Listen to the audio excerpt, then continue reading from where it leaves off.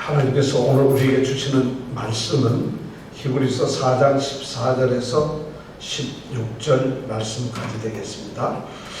다 같이 일어나셔서 오늘 하나님이 주시는 말씀을 우리가 한 목소리로 읽으셨으면 좋겠습니다. 지난주에도 우리가 이 말씀을 봉독했지만 이 말씀이 우리에게 너무 귀중한 복의 말씀이기 때문에 우리가 말씀을 생각하면서 말씀을 받아주시기 바랍니다. 다 같이 한 목소리로 읽겠습니다.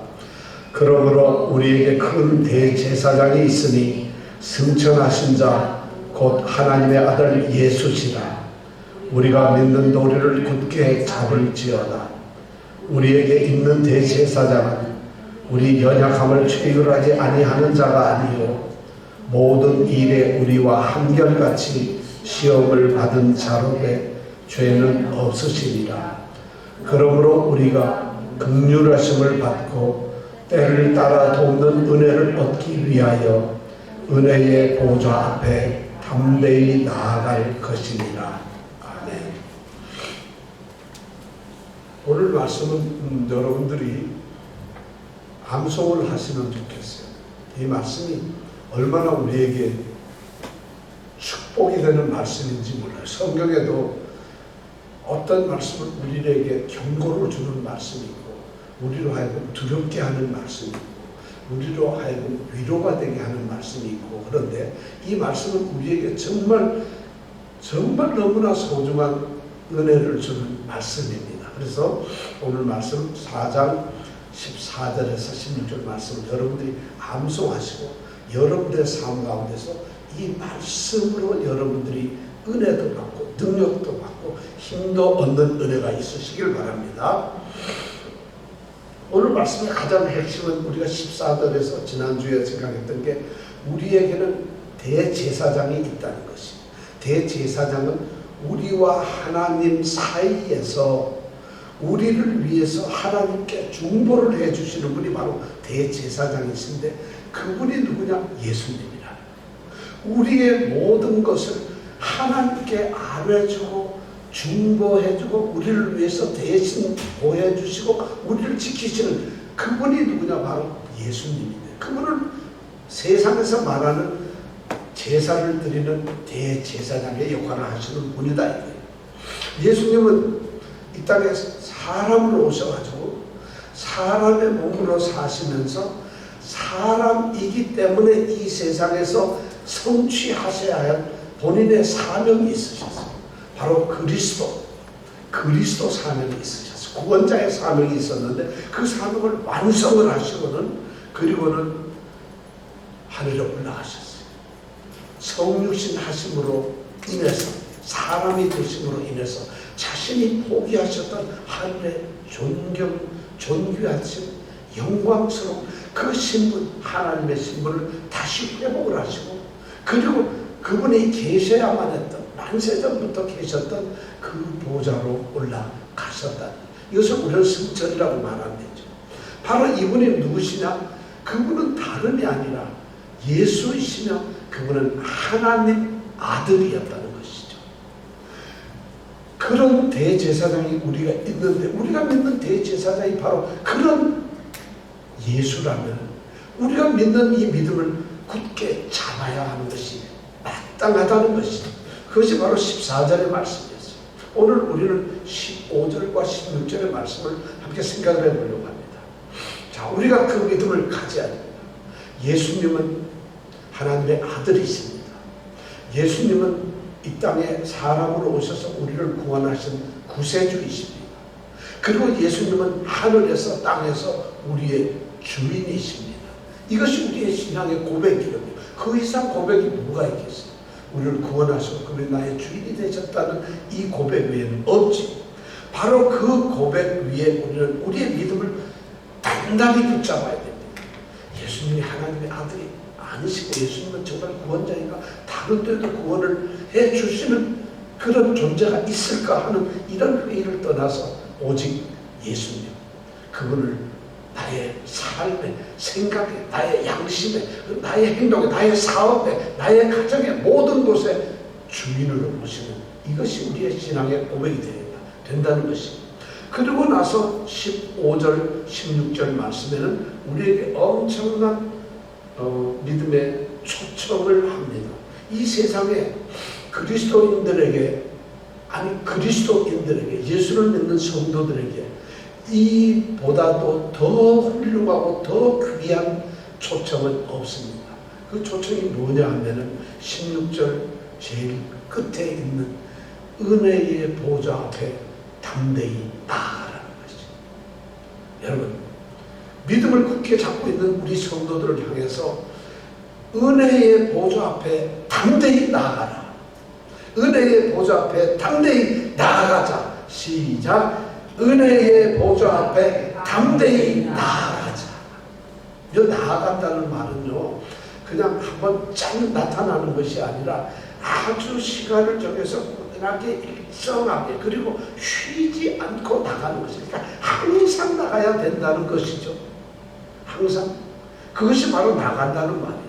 어디로 나가나요? 은혜의 보좌. 그냥 보좌 앞에라고 이렇게 쓰지 않으셨어요. 은혜의 보좌 앞이라고 했어요. 은혜의 보좌는 누구의 자리일까요? 하나님의 자리. 하나님이 앉아 계시는 하나님 나라 천국의 하나님의 자리를 은혜의 보좌라고 오늘 성경은 기록하고 있습니다. 사실 하나님이 앉고 계시는 그 보좌는 영광스러운 일이고 위엄이 있고 존경하고 어미하고 두렵고 대단한 그런 자리가 바로 하나님이 앉아있는 보좌입니다. 그런데 히브리서 저자는 그 보좌를 그러한 엄중한 영광의 보좌라고 표현하지를 않고 오늘 말씀해 보니까 뭐라고 했죠? 은혜의 보좌. 은혜의 보좌라고 우리에게 말씀을 하고 있어요. 은혜의 보좌예요.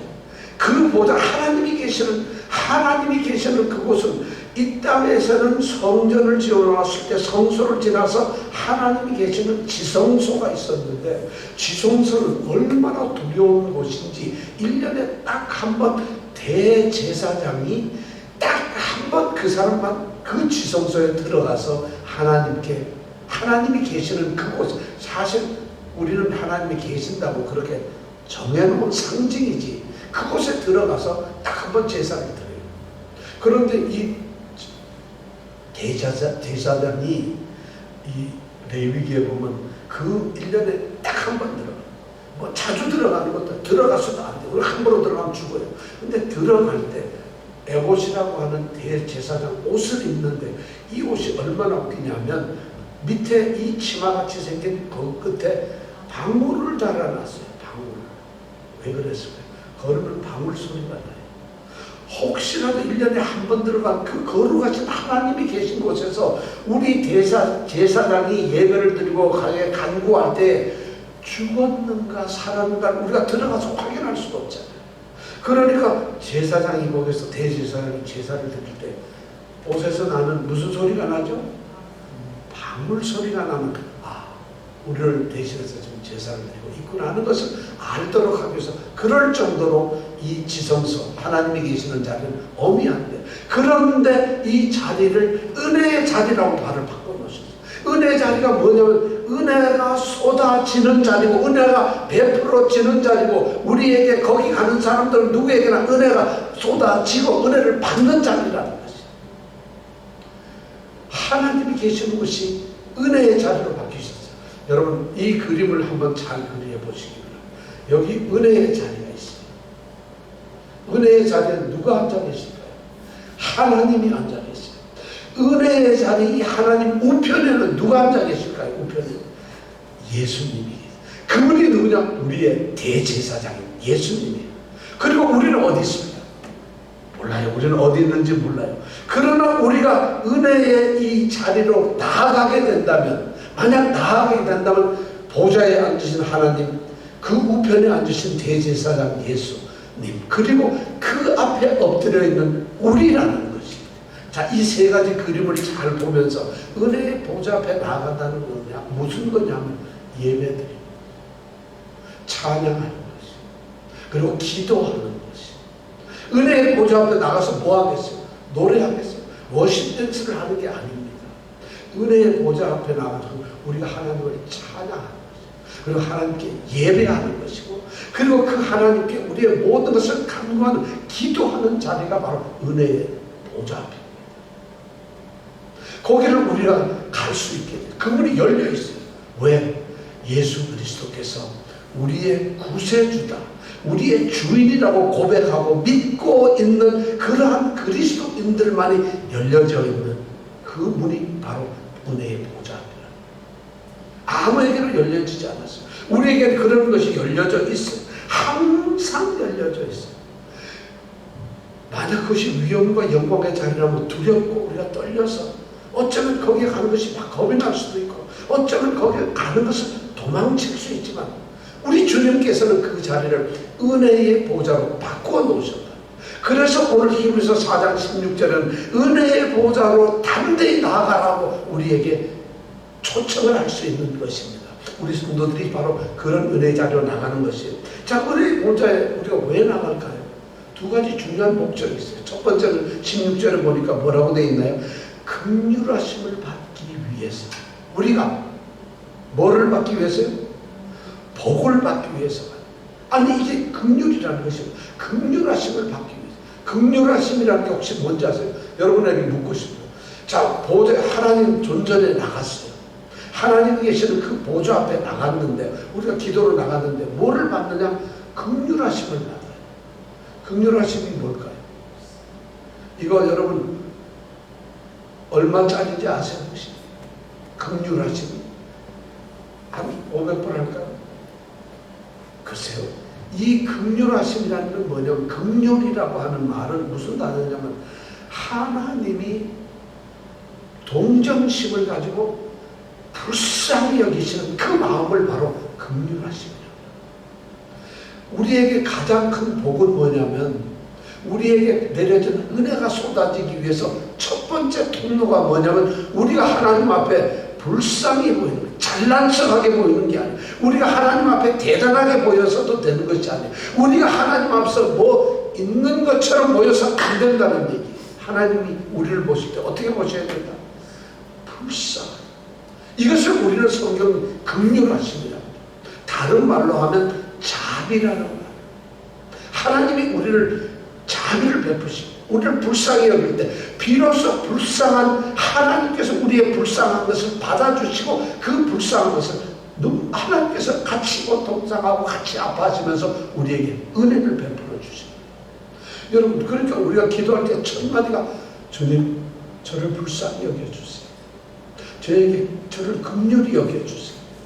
우리가 아무리 어떤 환경이 있다더라도 우리가 드릴 수 있는 기도의 첫 마디는, 주님 찬양하고 난 다음에, 주님 저를 불쌍히 여기다. 주님의 긍휼이, 주님의 사랑이 쏟아지는 입구입니다. 주님이 우리를 불쌍히 여기는 것이 바로 하나님의 은혜가 쏟아지는 통로의 입구입니다.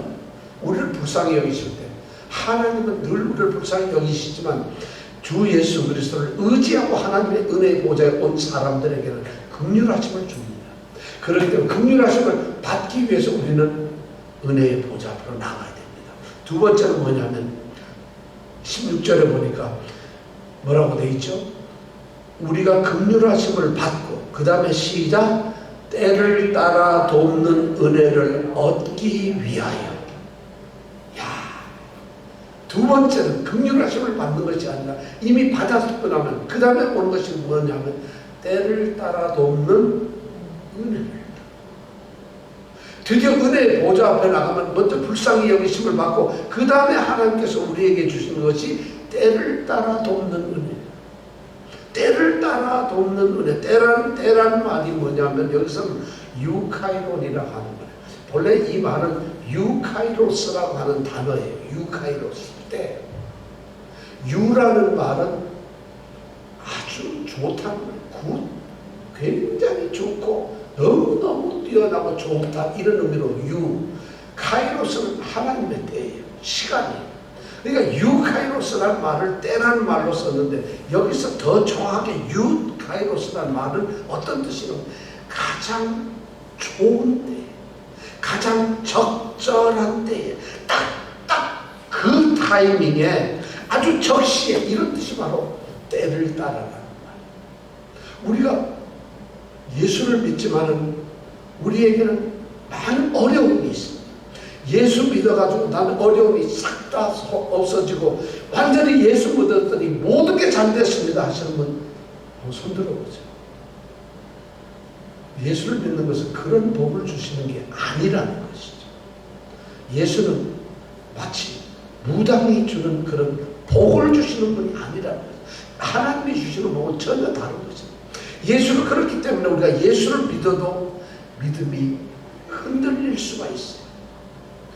예수를 믿어도 우리는 세상의 유혹과 세상의 시험에 시달릴 수가 있어요. 우리는 예수를 믿기 때문에 가장 힘든 역경 속에 빠질 수도 있고 건강적으로 또는 영적으로 또는 경제적으로 가정적으로 우리는 너무나 지치고 고통을 받을 수가 있어요. 예수를 믿기 때문에.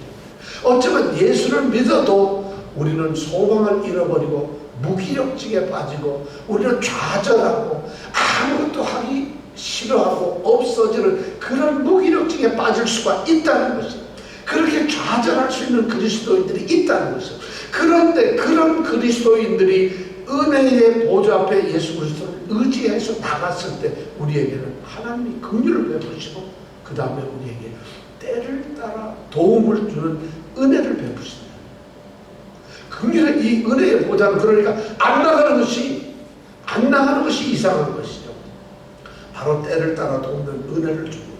이 은혜는 어쩌면 우리에게 필요한 하나님이 도저히 받을 수 없는 자에게 주신 하나님의 정말 사랑이고 하나님의 관심이고 하나님의 넘치는 복입니다. 그것을 우리가 때를 따라 꼭 필요한 아주 적기에 필요한 그것을 은혜의 보좌 앞에서 우리는 받을 수가 있어요. 그런데 그것을 우리가 바라는 그 타이밍 우리가 원하는 바로 그 순간에 우리에게 주는 것이 즉시 주는 것이 아니라 여기 때를 따라라는 게 아까 뭐라고 그랬죠? 하나님의 가장 적당한 시기 하나님의 가장 적당한 시기에 하나님께서는 하나님의 방법으로 그리고 하나님의 결정으로 우리에게 정말 도움이 되는 아주 적절한 은혜를 베풀어 주신다는 거죠. 이런 것을 우리가 얻기 위해서 어디를 가야 된다? 은혜의 보좌 앞에 하나님 앞에 나아가야 된다. 그런데 그런 보좌에 나아가기 위해서 우리가 보좌에 은혜의 보좌가 있는데 하나님이 계시는 그 문 앞에서 쭈삣쭈삣 하늘 들여다보고 혹시 계시나 안 계시나 혹시 들어갔다가 잘못되면 어떻게 하나 쭈삣쭈삣 두려움으로 또는 어쩌면 망설임으로 이렇게 들어가는 것이 아니라 오늘 16절 끝에 보니까 은혜의 보좌 앞에 어떻게 나가라? 담대히 나가라. 담대히 나가라. 저는 이 담대히라는 말이 성경에서도 너무 많이 쓰이지만은 여기서만큼 우리에게 큰 위로를 주는 게 없어요. 이 위대한 은혜의 보좌로 나오기를 초청하시면서 하나님께서는 우리 주님께서는 너희들이 은혜의 보좌에 나올 때 머무르지 말고 쭈삣거리지 말고 두려워하지 말고 담대히 나오라는 것이에요. 담대히 나와라. 이 담대히라는 말은요 무슨 뜻일까요? 당당하게 자신감을 가지고 확신을 가지고 정확히 말하면 확신을 가지고 은혜의 보좌 나가는데 이거 주님께서 나를 받아주실까? 과연 내게 주님께서는 원하시는 그것을 허락하실까? 이렇게 가지 말고 확신을 가지고 가죠.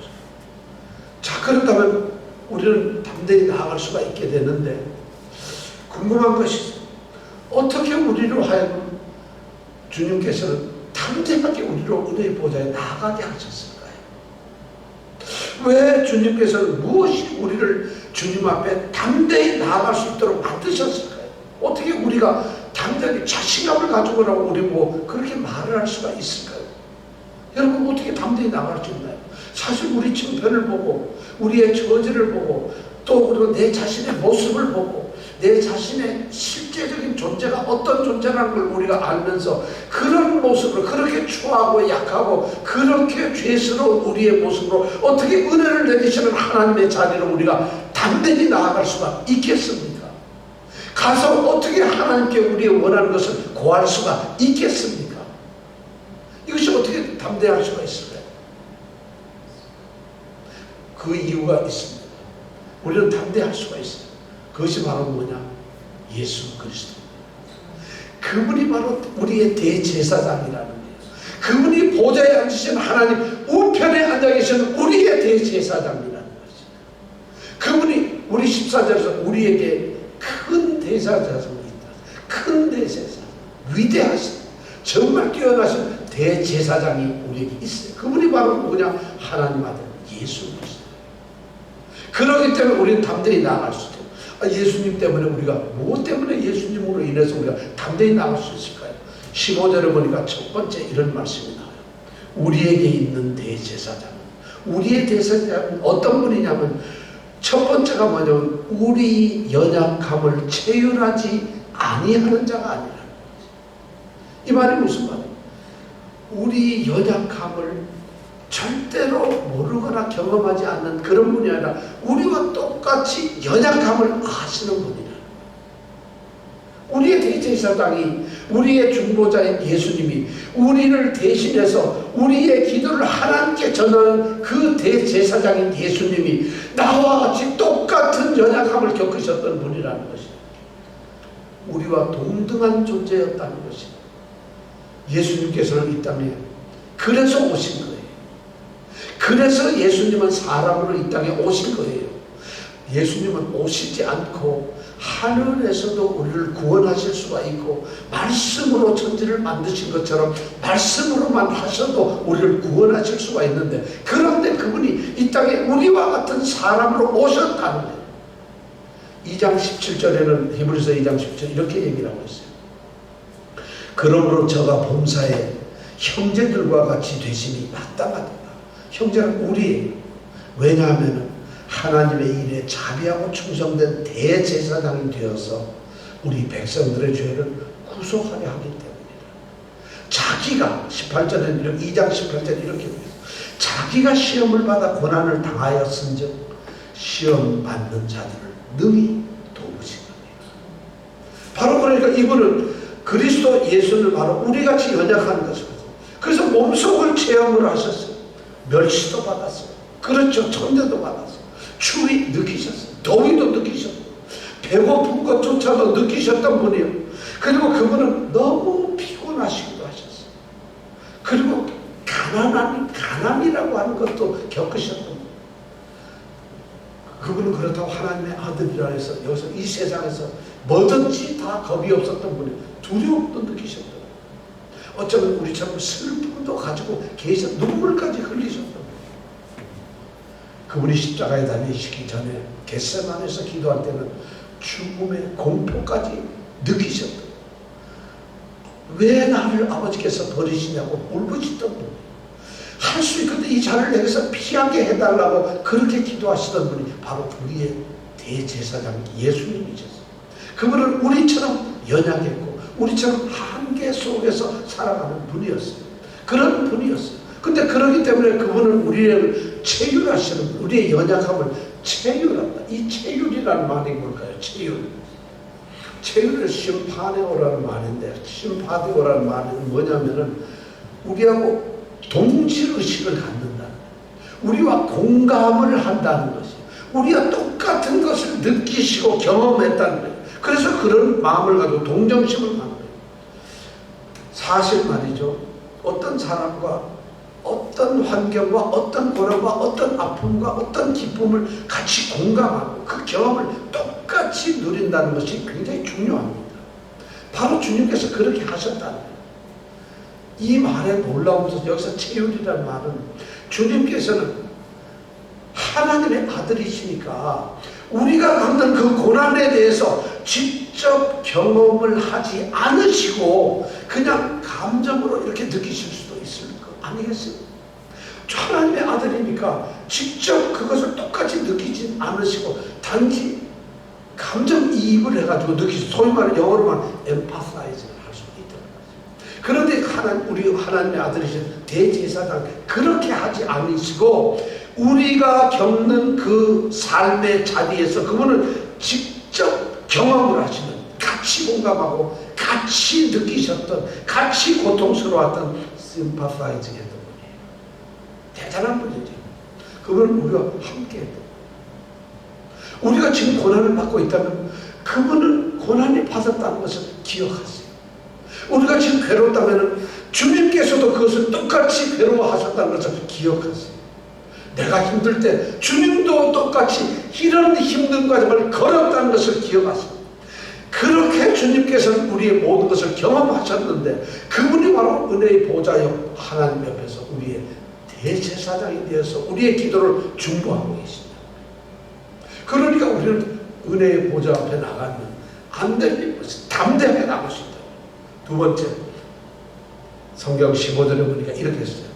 우리 연약함을 제일하지 아니하신 자가 아니요 모든 일에 우리와 한결같이 시험을 받은 자라. 그분은 우리가 시험 받는 것처럼 한결같이 는 것, 똑같은 모양이야. 똑같다는 것이에요. 같은 시험을 받으셨어요. 예수님 시험 사실 너무 받으셨어요. 멸시, 그 다음에 박해, 그 다음에 천대, 그 다음에 왕따, 뭐 이런 거 너무 많이 받으셨어요.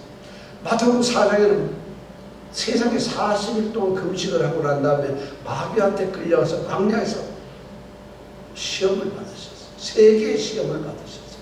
정말 먹는 문제, 어떤 명예의 문제, 자기 권력의 문제, 정말 아픈 것을 건드리는 그런 시험을 받으셨어요.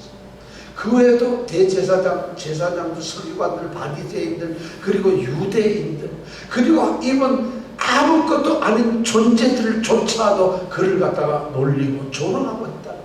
그런 것을 경험하신 분, 그런 시험과 유혹 속에서 살아가신 분이에요. 그것을 경험하신 분이 바로 뭐냐? 모든 일에 그분을 그렇게 받으셨던 분이 바로 대제사장으로서 우리를 위해서 간구하시는 그 보좌 옆에 계시다. 그렇다면 여러분, 우리가 조롱을 받을 때, 우리가 핍박을 받을 때, 우리가 어려움을 당할 때, 우리가 힘들어할 때, 우리가 사람들에게 무시를 당할 때, 우리가 그리고 사람들로부터 왕따를 당할 때, 우리가 아무것도 아니라고 그들에게 여김을 받을 때에, 그리고 우리가 세상의 유혹에 시달리고 세상의 시험이 우리를 공격할 때 기억하세요. 주님이 그런 시험을 받으셨다. 주님이 그걸 받으셨다. 주님이 바로 그런 시험을 우리와 같이 한결같이 똑같이 받으셨다. 그런데 놀라운 것은 그 다음 끝에 아주 결론적이네요. 시험 받은 자로되 뭐죠? 죄는 없다. 죄가 없다는 것은 죄가 없으니까 시험을 받지 않았다 이런 뜻이 아니에요. 죄가 없다는 얘기는 그런 유혹, 그런 시험, 그런 연약함, 그런 모든 환경을 거치셨지만 주님께서는 그것 때문에 죄를 짓지 않으셨어요. 그것 때문에 져서 비참하게 우리처럼 세상에 살아가면서 우리는 작은 것 때문에 우리는 내가 세상에 살아가니까 우리는 죄를 짓습니다. 작은 일에도 우리는 죄에 끌려가고 있습니다. 작은 유혹, 작은 시험에도 우리는 금방 죄인의 모습을 드러냅니다. 그런데 주님은 똑같은 우리와 같은 모습을 가지셨지만 그분은 그것을 이기셨어요. 이기셨습니다. 그분은 굴복하지 않았어요. 끌려가서 죄를 짓는 자의 자리에 결코 서신 적이 없어요. 그분은 죄를 이기셨어요. 죄를 이기셨기 때문에, 죄가 없기 때문에, 그런 유혹을 다 견뎌내고 승리를 하시고 극복하셨기 때문에, 그렇기 때문에 하나님 옆에 계셔요. 하나님 앞에는 죄 없는 자가 쓸 수밖에 없고 그분이 바로 우리를 위해서 중보기도를 하고 있다는 것이에요. 그분은 우리의 현실을 압니다. 그분은 우리의 현실을 똑같이 겪으셨어요. 우리의 대제사장은 우리를 이해하시고 우리를 속속들이 너무 잘 아시는 분이에요. 어떤 분은 이런 말을 해요. 그분은, 예수님은 남자인데 여자의 고통을 좀 아나요?